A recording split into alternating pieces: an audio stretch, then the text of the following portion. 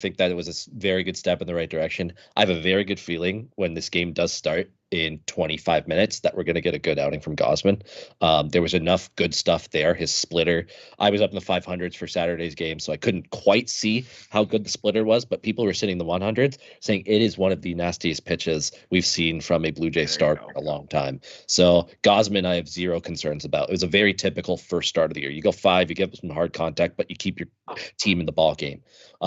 So with that, after one start, I'm not counting Barrios' second one last night.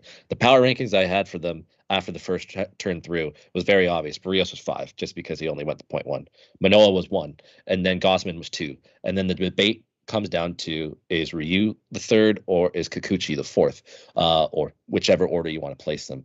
And this could definitely open up a longer debate. I put Ryu third because of what he did for those first 3 innings. I don't know how you can ignore vintage, man. Get off the dick, Brendan. He's not.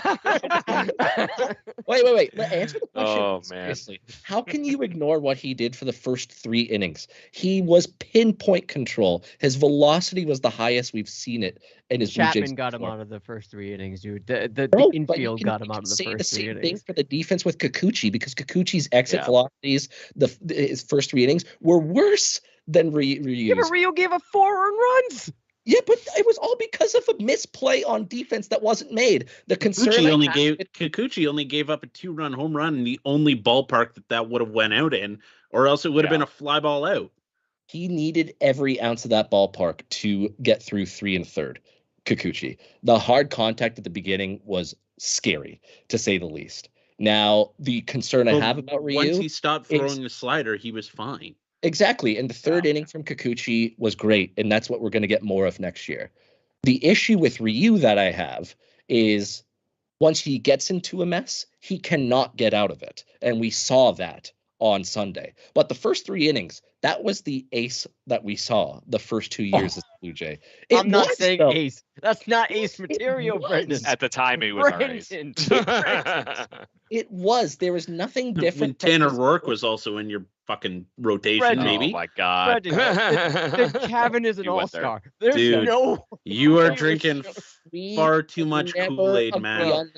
Nobody can agree with me on that. That's fine. No, that's not true. There are people out there that agree with you on this. Good, and they're smart, because I think I'm smart on this one, to be perfectly honest.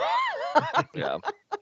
So I don't know. It would encourage me. I was happy to see him actually moving in the right direction. So if that's where we're going to go here, and in 2 weeks, I'm excited. Like Brendan, I'm perfectly fine and happy with that. Yeah, absolutely. We all want him to be good. I understand there's pessimism because the worst stretch of his career with the Blue Jays came at the worst possible time. Yeah. But you can't ignore the first 3 innings, and you can't ignore the first 4.5 months of his season last year. We had a 3.22 ERA. So we all got to calm down. Focus on when you're making $20 million a year, you need to put up when your team needs you and not falter in those big games. So and if it happens again this year, I'll be the first one to say you need to just buy out his contract. Yeah, that's fine. Because he can't be a part of this team next year if it happens again. Yeah, and I'm fine with that. I'm fine to admit it when the time comes. No, you're not. I'm fine to admit it when the time comes. You're in complete denial. The time is not now. Hey, we won. The time is not now. No, we didn't. Oh, wait, that was the game we lost. He lost, yeah. Yeah, he did lose. And it was not fun to watch when he couldn't get out of it. But the first 3 innings were what I saw the first 4.5 months last year and his first 60 games that he played with this team before. And that has to be encouraging considering how bad he was towards the end of last year. There's no way around it. There's no way around it. Don't get me He's wrong. the 5th starter on this team. Who cares? Yeah. If he does anything good, we're good. I agree. I agree, man. Like, don't get me wrong. It's not just Ryu. Like I was, of course, we're gonna shit on Barrios after that first start. For sure. Like that. Yeah, that was supposed to be our pitch better. You need to pitch better. And you know what? Even though Gosman wasn't great his first time out, I'm thinking, okay, I can accept this, but for today, but you need to pitch better. And to your credit, you said tonight you have every reason to believe that he will, and you have the confidence that he will. Ryu, I don't have confidence that he's going to pitch better. I think this is what we're going to get. To have confidence in that. I'm just asking you to focus on the first 3 innings. They were good. I hear you, but the evidence and painted every single pitch in the first 3 innings. The evidence from what we saw the majority of last season. It wasn't the majority of last year, though. It was the last month. His ERA going into the middle of August was 3.22. How does everybody forget that? How does everybody forget that? I'm just saying. I mean, that's irrefutable. Okay, fair. You can believe listen. I'm just saying, man. Look. I want him to be good. I want him to pitch well. Focus on the 3 innings you saw. I don't want to focus on that because I want the dub more than I want him to be good. There it is. I want this team. This team should be 161-1. That's what they should be. Fit your narrative that you hate Ryu. That's what it's coming across. No. I don't hate him. Sorry, Chris. I'm part of that camp too, man. Chris, please get my back when it comes to Ryu. You guys can gang up on me all you want. I'm setting myself. No. I'm Switzerland here, boys. Yeah. Listen, I'm an island when it comes to Cavan, apparently. So. Oh wait, I forgot that Switzerland isn't Switzerland anymore because they even told Russia to go fuck themselves. Sorry, I say that out loud. Or Putin at least. Yeah. Anyway, I wasn't sold particularly on Kikuchi or Ryu this time around. I wasn't sold on any of the starting pitching, to be 100% honest, other than Manoah. All of them need to be better collectively, including Gausman. Gausman pitched all right, but not to the tune of $125 million or whatever the hell they gave him. And it was his first start coming into Toronto, first start in a new country, first start, but a lot of firsts for him. So tonight you need to put up or shut up, and you need to get yourself ahead in counts, and then use that splitter to put guys away. Barrios started to come out of it and then kind of fell off again, but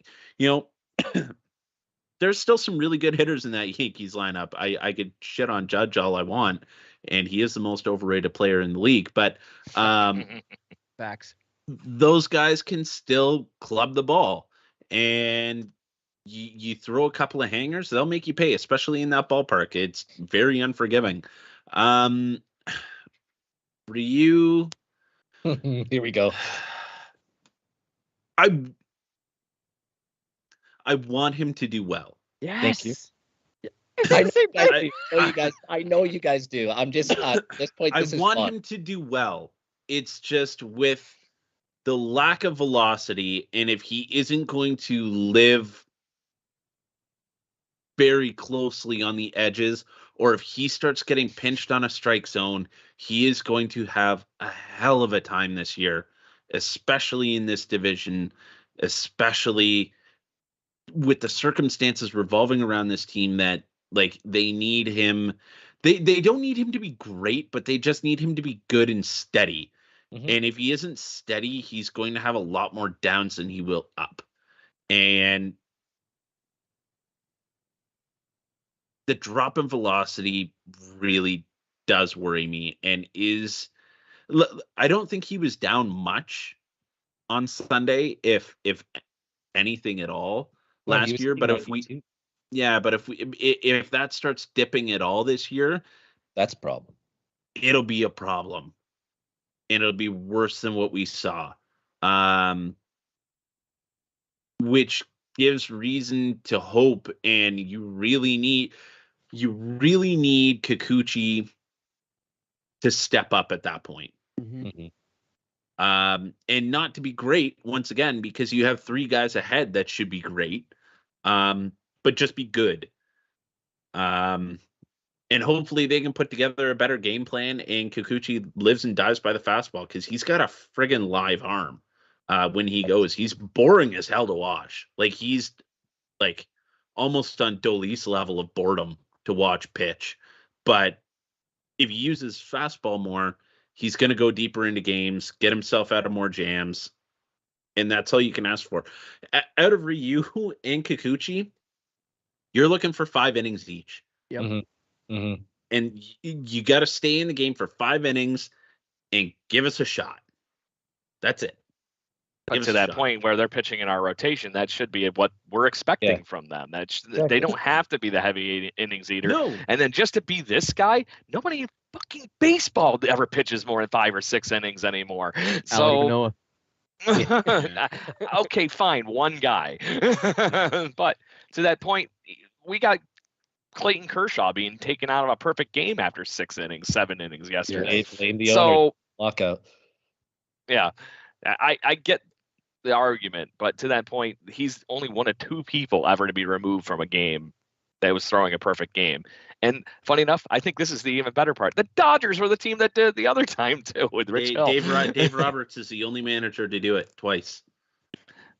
The only person in history to do it twice, period. Yeah. So anyway, man. But it's nuts. It's not. But to that point, we're in a different era of baseball, boys. The Roy Halladay, workhorse guys are completely gone. You don't even see a guy even like when Garrett Cole was doing well, he was still only throwing like 7 innings too. Yep. So we're in the bullpen era, and to live in the bullpen era, you better have some gas or some weird guys like Simber out in that bullpen to be able to, take care and get people out. So to that point, that's where this game is right now. And if we can get Ryu and Kikuchi to be able to do that, or anybody in our rotation for that, we're going to be just fine. We had the Cy Young Award winner that threw barely over 2 innings last year. Correct me if I'm wrong, Mr. Key. How many did he throw? 212 or something?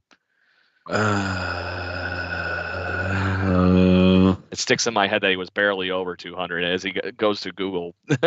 He's the ex-girlfriend, dude. He doesn't matter anymore. Yeah. He's out of the memory. His name is Alek Manoah. Yeah. And to that point, do you guys think that Alek Manoah throws 200 innings this year? No. And I don't think even to be in a Cy Young in either league this year, you need to be thinking the guy's going to throw 200 innings. None of the 5 will throw 200. Yeah. You were talking Ray, right? Yes. Yeah. Ray threw 193 innings last year. So like I said, I really think that a major league starter throws in the ballpark of 190, 180 innings these days. Yeah. If you're an ace. And Ray missed a start or 2 as well, though. You don't remember. Correct. But to that point, even most guys will get a day off here and there for whatever, just to, especially for a playoff push or this or that. There you go. Because Ryu already needs an extra day off. There you go. One start you don't want needs an extra day. Yeah. You don't want to. But if that's the way baseball is these days, if you get 100 and what was basically Ryu's normal mean average of innings is somewhere in the ballpark of 130 to 150, correct? 150 to 160, I think. Yeah. So if you get that out of that, great. You get a little bit better than that on Kikuchi, and you keep working your way up the rotation. There's your season and all your innings that you're hoping for. So I guess that is what it is. I hear you. I just like to bust Brendan's balls. But look, let's move on. You sure you're busting him, or are you like literally just No. Because we're gonna close out. That is healthy. That is yes. No one likes going. Promise. No one likes a grief fest on a podcast. So let's end this with the grief fest. Let's talk about Vladdy. We got about 10 minutes before the game starts, so let's zip through this. Last night alone, he was the first Blue Jay player ever to hit 3 home runs versus the Yankees. I think, like I said, he leads the entire MLB with 4 home runs. Not a huge milestone, but 6 games in, it's impressive. He has a line as of this recording before the game starts on Thursday, 391, 417, 957 with an OPS of 1.373. Ridiculous. It's safe to say that, what we saw last year wasn't a fluke and is carrying over into this year, and he hasn't even touched his prime yet, which is scary. That home run with the injured hand, it should have been a Doppler right to the third base line, but somehow it got out of the park. That's what I forgot to name that damn episode. I was going to say it was only a flesh wound. Yeah, and he's still playing tonight, so nothing is stopping this train. So Chris, we'll start with you. What do you think? Is this sustainable? Is he just a phenom? Is this his Ohtani year, or are we encouraged to pump the brakes a little bit? I think what we should be talking about is about 14 years and $500 million. Absolutely, is probably what we should be talking about, and you need to figure that out soon before it turns into 14 years and 600 million. And then you start trying to figure out how you're going to piece together around them. The Acuna deal's looking like a deal right now. Just saying. Yes. Yeah. The Tatis deal. Yeah. This kid's a real deal. And there's a lot of people that owe an apology to that young man that had him written off 2 years ago. But you know what? Kid's worked for it. Like, he has put in the work the last 2 years to get himself right and get himself well prepared for 162 games. And holy shit, this kid is fun to watch. Now, that last inning in the 9th inning last night, were you just not like itching for one of those boys to get on base so he could join that Carlos Delgado club? Right. Like, he just wanted that 4th one. Like, it just wanted. I needed it. Just a shot at it. You know what? There's going to be more time, I think, for that, because I think there's going to be 1 or 2 more times where there's a multi-home run game that you can look forward to that. So enjoy the ride. He's got 2 in April so far in his career. Yeah. Let's enjoy the fun while we have it right now, because it's a treat watching that kid hit. So not only was he the first guy to hit 3 home runs against the Yankees, he was also the first person to have 3 extra base hits in one game off of Garrett Cole. Yeah. Ever.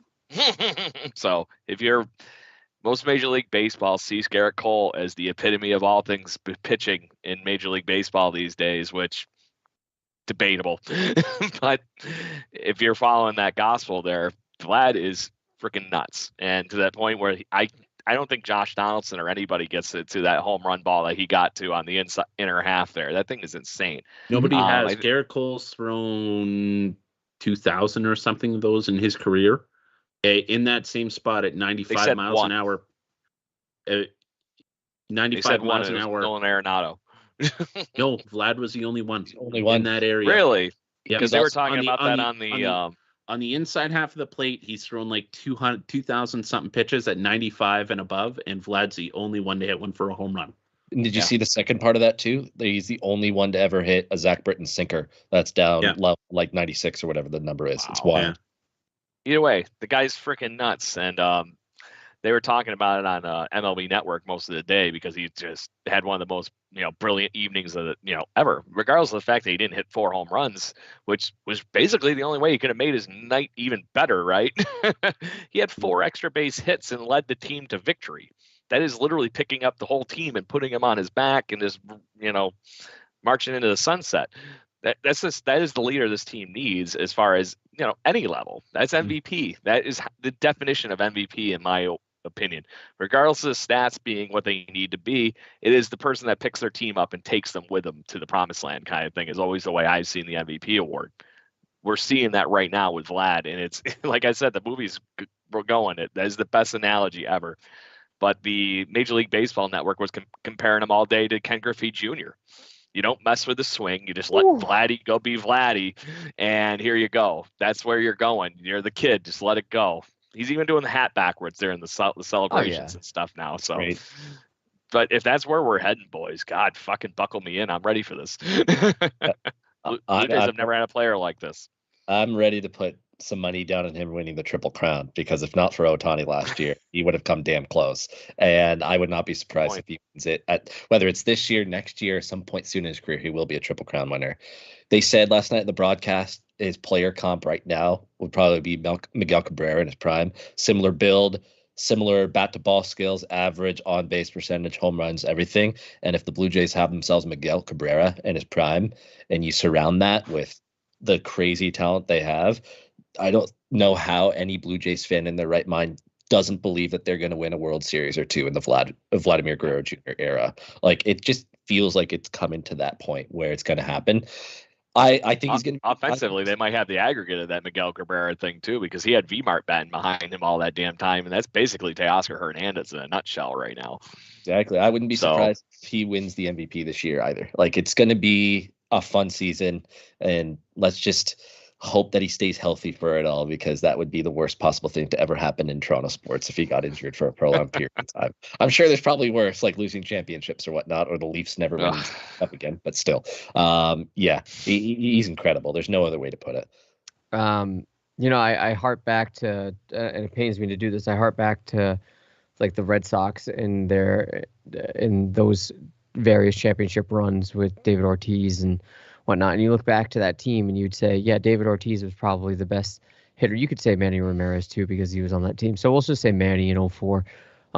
Manny was the best hitter and the best producer on that team, but you could make the argument that it might have been either Pedro or Schilling's team. They were the leader I guess they were the clubhouse guy. If you were to choose one of them, I think it's sort of something similar here with the Jays, right? You have Vladimir Guerrero Jr., who is by far the biggest offensive producer on this team, and he's that fun-loving guy that will just light up a clubhouse. But if you had to pick a guy to anchor this team and say, like, no, he's the leader of the clubhouse, I would still put it in Springer's hands, honestly. And I don't think that's a bad thing at all. I think, and Springer's still a fun-loving guy. He'll embrace it too. As I say, it's still the dancing and whatnot, yeah, dugout and everything. I think that's a pretty good dynamic going on there. Regardless, they're both goofballs and they both know how to hit. Yeah, and I think Springer is the oldest fielder, a guy with the fielding position right now on the team, right? That's right. Yeah, that sounds about right. 31. So there you go. So I think when you had that sort of dynamic and you had these, let's call them what it is, these kids performing at the level that they are, not even scratching the surface of the potential that they will have, man, I have all the confidence in the world in Vladimir Guerrero Jr. And Chris, to echo your sentiments, I agree. You got to pay him now. You just have to get it done. It's too exciting not to get it done. Yeah, you got to lock him down. You got to lock Bo down. This is the only league without a salary cap. So take advantage of it. Just take advantage of it. And hurry up and iron it out before there's another dumb agreement. Pay your taxes. Pay whatever you got to do. Yeah. Just get in it and get it over with. If he does win an MVP or a triple, if he wins an MVP or a triple crown, that's only going up. Yeah. And if he wins both of them this year, you're up to 14 and 700 million. So not wrong. Yeah. And not to mention, he's also rounding out to be a very good defensive first baseman. That play that he stretched out there, and he got to end the game, shoot up, and then that too. Yeah, he is figuring this game out, and I think it was Hazel May that said it last night that we're all just participants in the world that Vlad Jr. plays in, or something. Yeah, yeah, it's his world. We're just living in it. Yeah, that's it. That's what it was. All right, let's wrap it up here with predictions. We got 3 at home versus Oakland. We're gonna find out who is able to cross the border for that team. And they beat the Rays, right? I mean, they beat the Rays. Yeah, that's Oakland, maybe. So we're gonna figure that out. And then it was a fun game. I watched it because I couldn't watch the Blue Jays game because of fucking Yes Network. Sorry. they're at second place in the West, only a game behind. It's early, but maybe the A's are on to something. I don't know. And then we got 3 in my neck of the woods at Boston. So let's go, Craig, Chris, and Brendan. We'll go in that order. What are your predictions for these 2 series? Oakland scared me, dude. They actually took it to school against the frickin' Rays this week, but I don't think they have the pitching on where we're going to be landing in their rotation to make up for it. I think we missed Montas. Is that correct? I was trying to. And not to mention, wasn't he traded? I thought he was traded, or he was this close. No, he was close. He was close, but they wouldn't give up their top prospect for him. There you go. So to that point, I think we're gonna find a way to lose 1 to the Oakland A's, and to that point, the Red Sox they're gonna be pesky. I'm worried that we're gonna actually have another against Oakland. We face Jeffries, Blackburn, and Aller. And who? Aller. Okay. One of those guys is gonna be scrapey enough to beat us 1 game, as much as I don't want to say it. So I'm going to call 4-2, just like we did this last week. It's 2 series wins. Chris? 2-1 and 2-1. 4-2 again. All right. So 4-2. Brendan?